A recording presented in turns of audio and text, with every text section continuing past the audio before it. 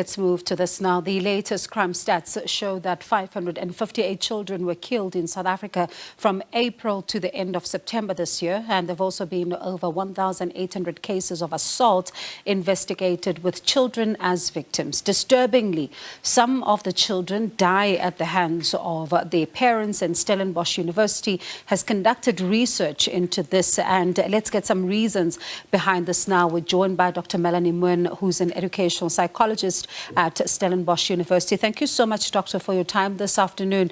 What would drive a parent to do such a horrendous thing? Yes, thank you for having me this afternoon.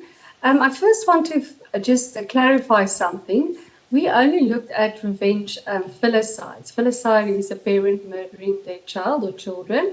There are other reasons why parents sometimes murder their children. One of them can, for instance, be for altruistic reasons. If a child, if a parent thinks their child is disabled and they're not doing well, so they're taking them out of the world to give them a better, chance or better world. So that might be an altruistic reason.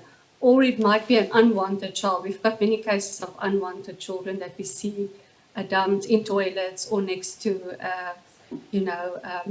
a garbage bin or something like that. But we focus specifically on revenge filicides. So these parents really want to hurt the other parent. So they want to hurt the other parent because they are emotionally hurting or psychologically hurting. And they want this other parent to feel their pain. So at that moment when they commit these crimes, they sort of dehumanize the child. So they don't see the child as a human anymore. All they want to focus on now is that you should feel that my anger and my rage at that moment. And for them, Doctor, is it some kind of justice? I think in their minds, they see it as, I don't know if I would call it justice. It's almost that I want to say, I'm suffering, therefore you have to suffer. And they sort of want to make themselves feel a little bit better. So it's a way of feeling better about the situation.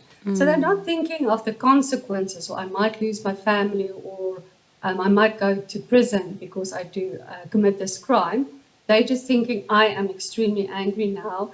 I'm either jealous or there was conflict just before something happened, and I actually want to feel better through this action that I'm doing, hurting the child. So it's a little bit different, yes. Yeah, sure. And it's such a difficult one to even try and comprehend. I mean, one was even thinking about the case of that mother who bludgeoned her children to death in the Eastern Cape. And the family was talking about some psychological reasons that may have driven her to go to this extent. But in a case where the two parents are involved, and let's say they're in a marital space, what are some of the underlying conditions that could lead to someone deciding that I am so angry and now this blind rage is taking over? Yes, so in almost all of our cases, we saw that there was some form of rejection or there was some form of conflict. So often it might be that the parents are getting divorced, or the other one met someone else, and now for the first time they see this person with this other person. That might trigger some of these events. So we see a lot of conflict. We call them trigger events just before the murders. So there's an episode or something that happens, and then the crime is committed. And it's usually out of jealousy or rejection. So we see a lot of rejection. And rejection has been linked to aggression, jealousy, revenge, and so forth. So most people can handle rejection, but in these cases, for some or the other reason, this person cannot handle that in an appropriate way, and they lash out. And the children are almost then the extension of the other parent, and they want this parent to hurt. So some of our cases, we've even seen that the parent would murder the child, and even after they've been convicted of that murder, they still don't tell the parent where that child is buried or where the body is. So they're almost prolonging this pain of this other parent. Sure. It's very difficult to fathom, what would really just drive a person to get to this point, especially a parent. And Doctor, I wonder, In this particular moment, did you discover anything in this research that shows how these children are killed? Is there a pattern here, or are they using different ways? There are different ways, but we saw quite a few cases of especially poisoning. So we see that sometimes from the mother's side, but we also had some that were killed by firearms or were smothered by the parents. We even had, I thought it was really extremely upsetting case where one of the fathers drove nails into 4 of his children. So I think that is extreme rage that you see there. But poisoning seemed to be one of the ways that quite a number of the offenders use to kill their children. So, Doctor, you're saying that a father drove nails into the children. Do we know what this case was? Are you able to tell us a bit about it? Yes, I think it was also a case of where the father thought the mother was a bad mother. She's not looking after the children. So the grandmother looked after the children, and he went to her home with a panga, and she was actually scared of him. So she didn't want to give him the children, but she was also scared.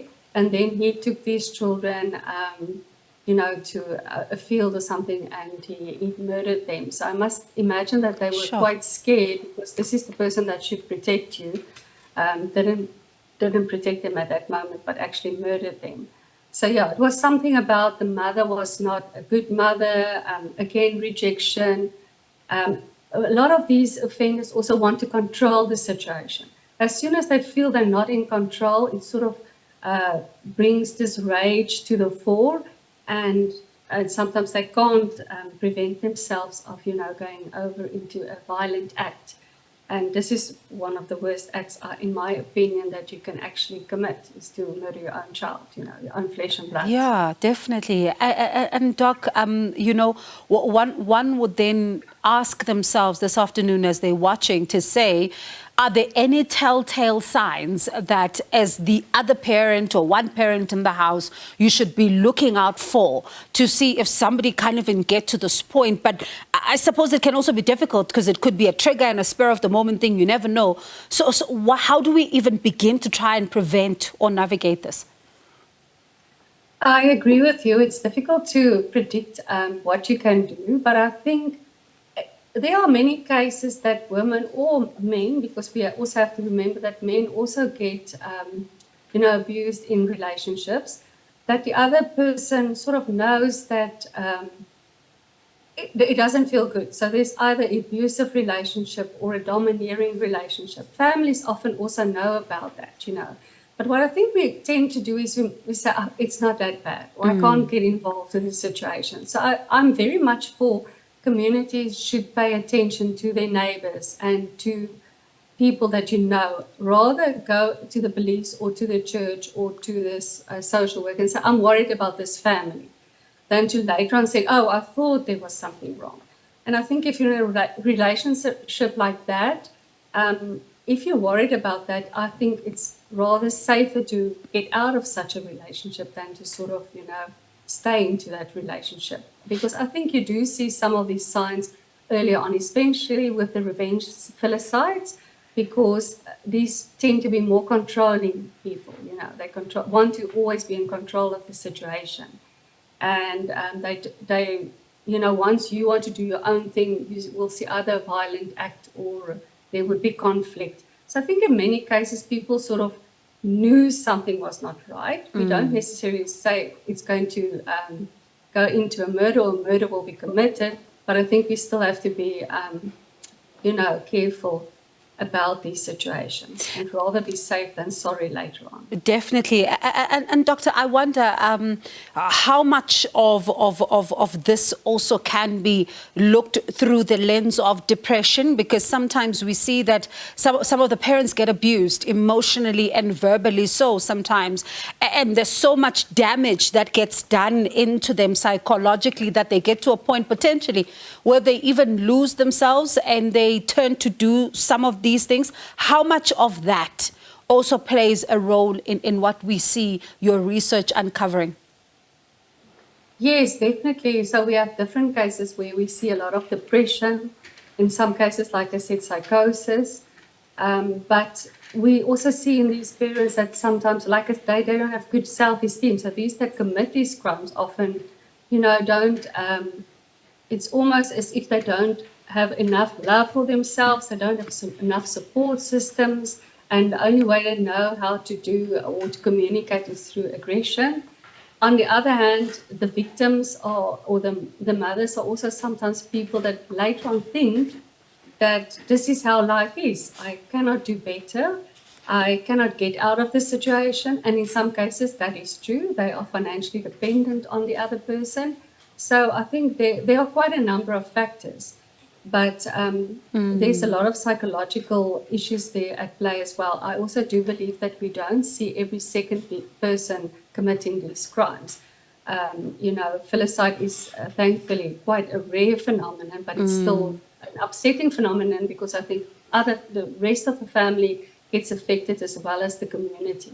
Definitely, and the impact of it, as you say, is quite huge. Doctor, thank you so much for your time this afternoon. We do appreciate it, and hopefully a lot of parents watching tonight will be able to try and get some help, before they find themselves doing the unthinkable. That's Dr. Melanie Moon.